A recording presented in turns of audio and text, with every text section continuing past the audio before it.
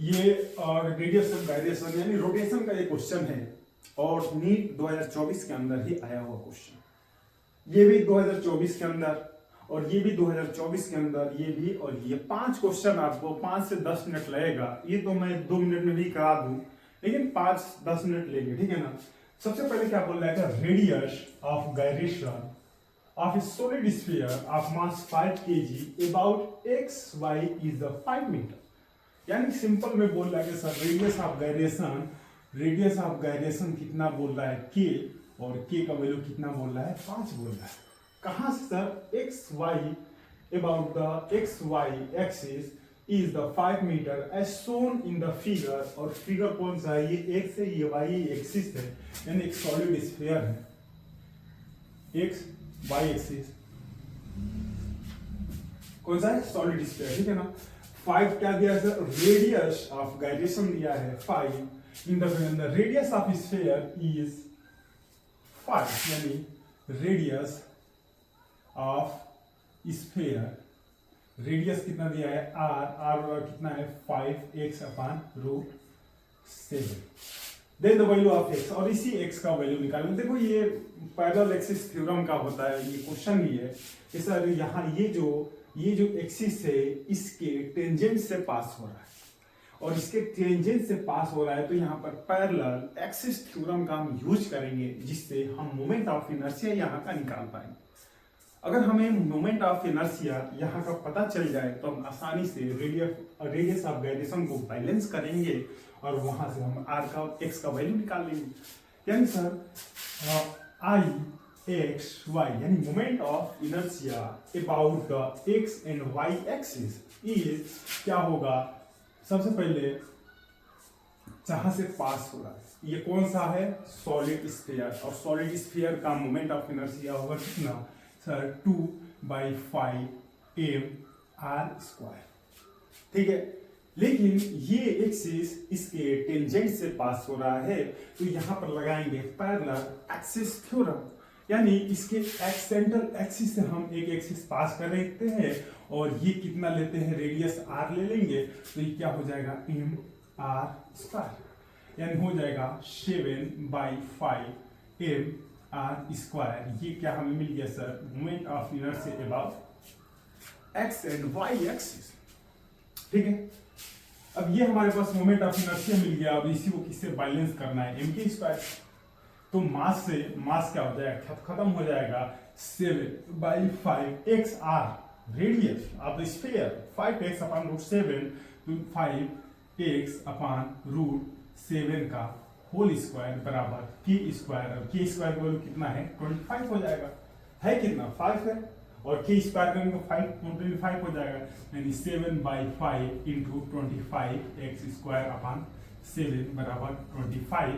7 से 7 खत्म हो गया, 25 से 25 खत्म हो गया, x² बराबर 1, यानी x बराबर √5। ये पैरेलल एक्सिस थ्योरम का सारा कॉन्सेप्ट था, और उसी बेस पर हमने क्या किया, ये क्या टेंजेंट से पास हो रहा है।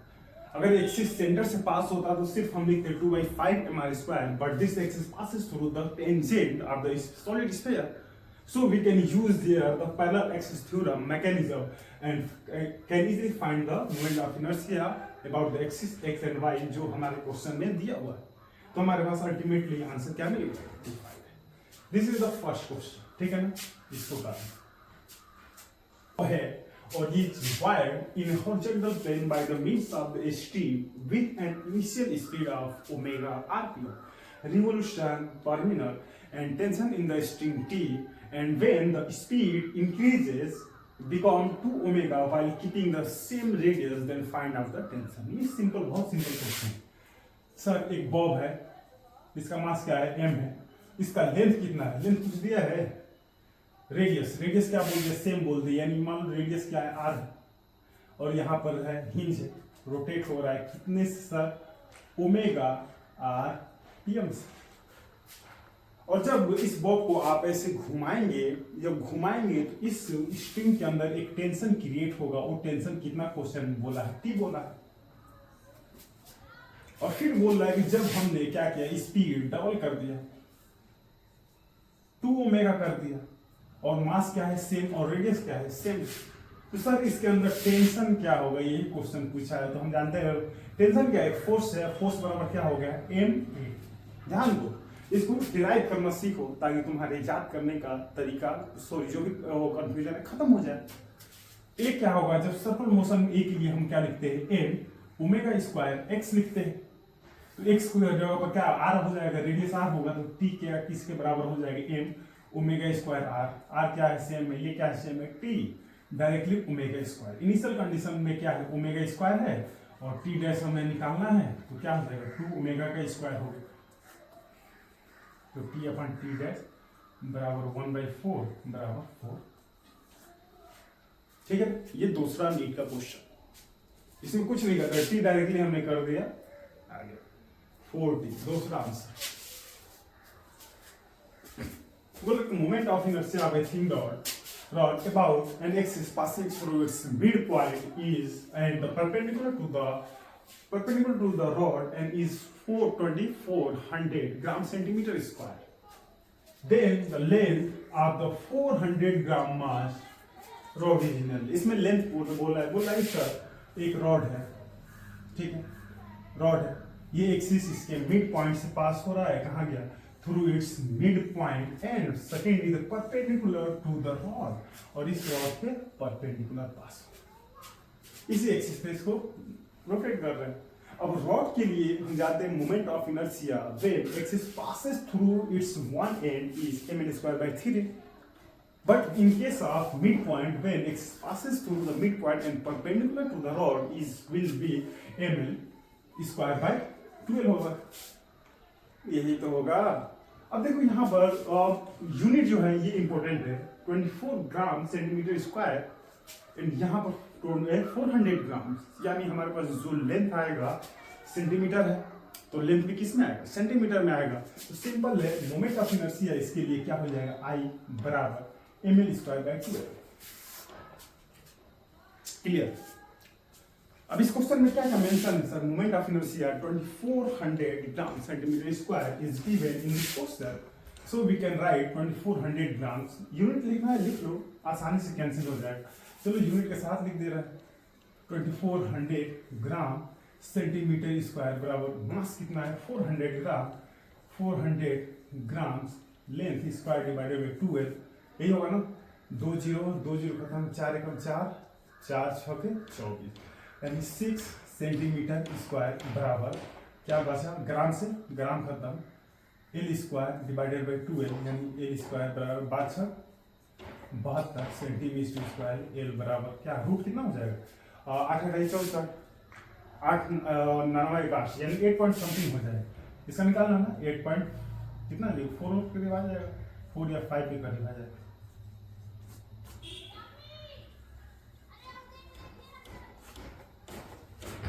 क्वेश्चन है, यानी ग्रेविटेशन का क्वेश्चन है कि sir scale velocity of the earth is v and a planet having the 9 time mass of that of the earth and the 16 time the radius of that of the earth, ठीक है ना। Earth and then the find the scale velocity of the planet. ये बिल्कुल बच्चों वाला question है, मतलब एकदम छोटे जो बच्चे आते हैं 4-5 क्लास के, उन्हीं के लिए ये क्वेश्चन है, ठीक है ना। स्केल वेलोसिटी के सबसे पहले निकालना G/m/r, इससे हम निकाल सकते हैं आसानी से, 2 उधर चला जाएगा, v² बराबर G/m divided by r into 2, तो v इसके बराबर क्या हो जाएगा √G 2gm/r, और ये तो कांस्टेंट है। इसके वेलोसिटी मेटल किसके लिए करेगा मास mr। क्वेश्चन हो गया, मास ऑफ अर्थ me और रेडियस ऑफ अर्थ re। दूसरे केस में क्या बोल रहा है कि सर क्या हो गया 9 टाइम्स हो गया क्या मास और 16 टाइम हो गया क्या रेडियस। तो ये किसका है अर्थ का इसके वेलोसिटी है। अब हम लेंगे इसके वेलोसिटी किसका प्लेनेट का, और प्लेनेट का मास क्या हो जाएगा mp नहीं है, mp बराबर क्या है 9 me है, rp नहीं है क्या है 16 re, और यही वैल्यू तो हमें इसमें रखना है ना। तो मास की जगह पर क्या रख देंगे 9 me, आर की जगह पर क्या रख देंगे 16 re, हम दोनों को क्या करेंगे, डिवाइड करेंगे। तो ऊपर क्या है v इसके अपान v प्लेनेट यानी अर्थ, ये 16 ऊपर जाएगा, इसको अभी ऐसे उतार दे r, ठीक है, into 16 RE divided by 9 ME, RE से RE, ME से ME, ऊपर क्या बचा सर 4/3 V अपॉन VP, तो हो जाएगा VP, 3 इधर जाएगा और 4 नीचे आएगा, तो हो जाएगा VP इधर आएगा, VP इधर आएगा, 3 ऊपर नीचे यानी 3 VE अपॉन 4। ठीक है, सिंपल क्वेश्चन था, इसमें मैंने कुछ नहीं किया। हमने सबसे पहले तो डिराइव कर लिया। डिराइव कर लोगे तो तुम्हें याद करने का झंझट खत्म, क्योंकि ग्रेविटेशन में हम दो पार्ट देखते हैं सर। एक ग्रेविटेशन में ऑर्बिटल वेलोसिटी होता है, उसको तुम सेंट्रीपिटल फोर्स से निकाल लो, ठीक है, और इसको हम क्या करते हैं काइनेटिक एनर्जी से आप निकाल लो, जो इसके वेलोसिटी होगा, और काइनेटिक एनर्जी है तो इसको इक्वल कर दो पोटेंशियल एनर्जी से, जो ग्रेविटेशन हम पढ़ते हैं Gm small m divided by r, इससे निकालोगे तुम्हारे पास इसके वेलोसिटी का फॉर्मूला आ जाएगा। और ऑर्बिटल के लिए mv²/r, उसको इक्विवेलेंट कर दो, mv²/r करोगे तो तुम्हारे पास वो आ जाएगा ऑर्बिटल वेलोसिटी। ऑर्बिटल वेलोसिटी क्या कर दो mv²/r बराबर, इसको Gm बराबर कर दोगे आसानी से आ जाएगा, ठीक है ना। तो ये आंसर क्लियर हुआ, ये हो जाएगा आंसर। क्या बोल रहा है, बोल रहा है कि एक ऑब्जेक्ट है of mass 100 kg fall from the point a to point b, यानी सर ए पर है जो ऑब्जेक्ट है और ए से कहां पर आ गया, बी पर आ गया। तो बोला है चेंज इन द वेट, ये तो बहुत ही सिंपल है, weight we know that the weight equal to mg, यानी सर जो बॉल ए पॉइंट पे है वहां का हमें वेट पता होना चाहिए, और एक जो है बी पे वेट पता होना चाहिए। ए का वेट क्या ले लेंगे, वेट बराबर mg, और g ग्रेविटी है, और ग्रेविटी को हम जानते हैं Gm/r² होगा। ये कहां पे होगा, at the surface of earth, but above the surface of earth we can use the formula Gm/r + h का whole square. And what is the r? So r height from the ground, and height from the ground how much? It is 2r, and we can easily put the weight at point A, m, g, and g nothing. This is the gravity at point A, and how much it is? It will be m g नहीं, g कितना हम ले लेंगे, g बराबर होगा Gm/r²। But ये r नहीं लेंगे क्योंकि r कहां पे होता है, eight the surface of earth, but यहां पर क्या है, क्या यहां पर ए पॉइंट है, और ए पॉइंट पर होगा, इसका डिस्टेंस कितना है sir from the surface of अर्थ यानी ग्राउंड कितना है 2r, और 2r है तो हम इसको लिखेंगे G बराबर Gm/r + h का होल स्क्वायर, और आधी h क्या है सर 2r के बराबर है। तो टोटल कितना हो जाएगा, Gm/r + 2r का होल स्क्वायर बराबर Gm/2 एक 3 9r²। r + 2r कितना होगा, 3r होगा, और ये वैल्यू कितना हो जाएगा 9r² होगा। क्लियर है, ठीक। तो वेट हमें मिलेगा mgm/9r², यही तो मिलेगा ना।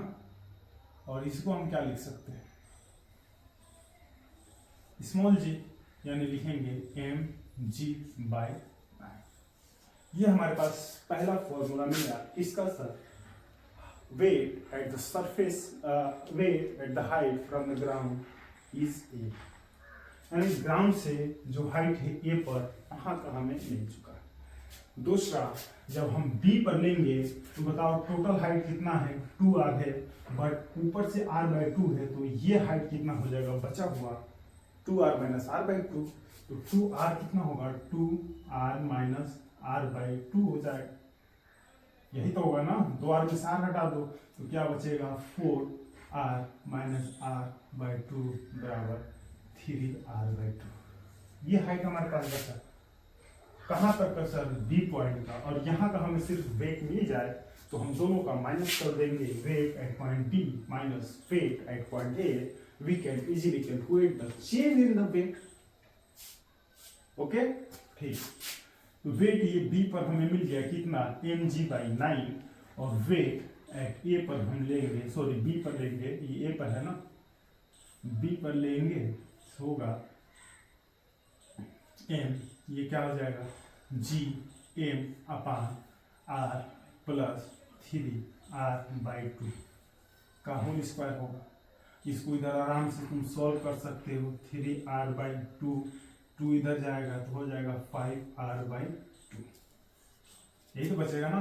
5r/2 को करेंगे तो क्या हो जाएगा 25/4 r हो जाएगा, r स्क्वायर हो जाएगा। इसको लिख सकते हैं mgm/25r² इंटू 4। तो ये हो जाएगा 4 small m divided by 25 into g, यानी mg इंटू 4/25। ये होगा 4mg/25। अब दोनों का चेंज निकालेंगे, WB minus weight at point a. तो वेट पॉइंट बी पर कितना है सर 4mg/25 माइनस ए पर कितना है सर mg/9, नचोके 36 mg और 25 minus 25 mg divided by 9 into 9 और 36 में से 25 जाएगा 5 और 9 कितना बचेगा 9, इधर 5, 6 5 11 ना 11 mg 25 5 11 mg divided by 25 into 9। ये हमारे पास वेट आ गया, change in weight 11 mg divided by 25 into 9। नचोगे 36 25, ठीक है। और इसको कैलकुलेट करेंगे तो जो भी आ जाए कर लेंगे, ठीक है। 2 2 3 5/r यानी 25/4r² सही है। यहाँ पर हमने पुट किया, ये भी सही है, mg/9 ये भी सही है, r + 2r 3r small g, ठीक है, क्लियर। ये हमारे पास आंसर मिल गया। ओके, तो ये 5-6 क्वेश्चन थे, बेहतरीन क्वेश्चन थे।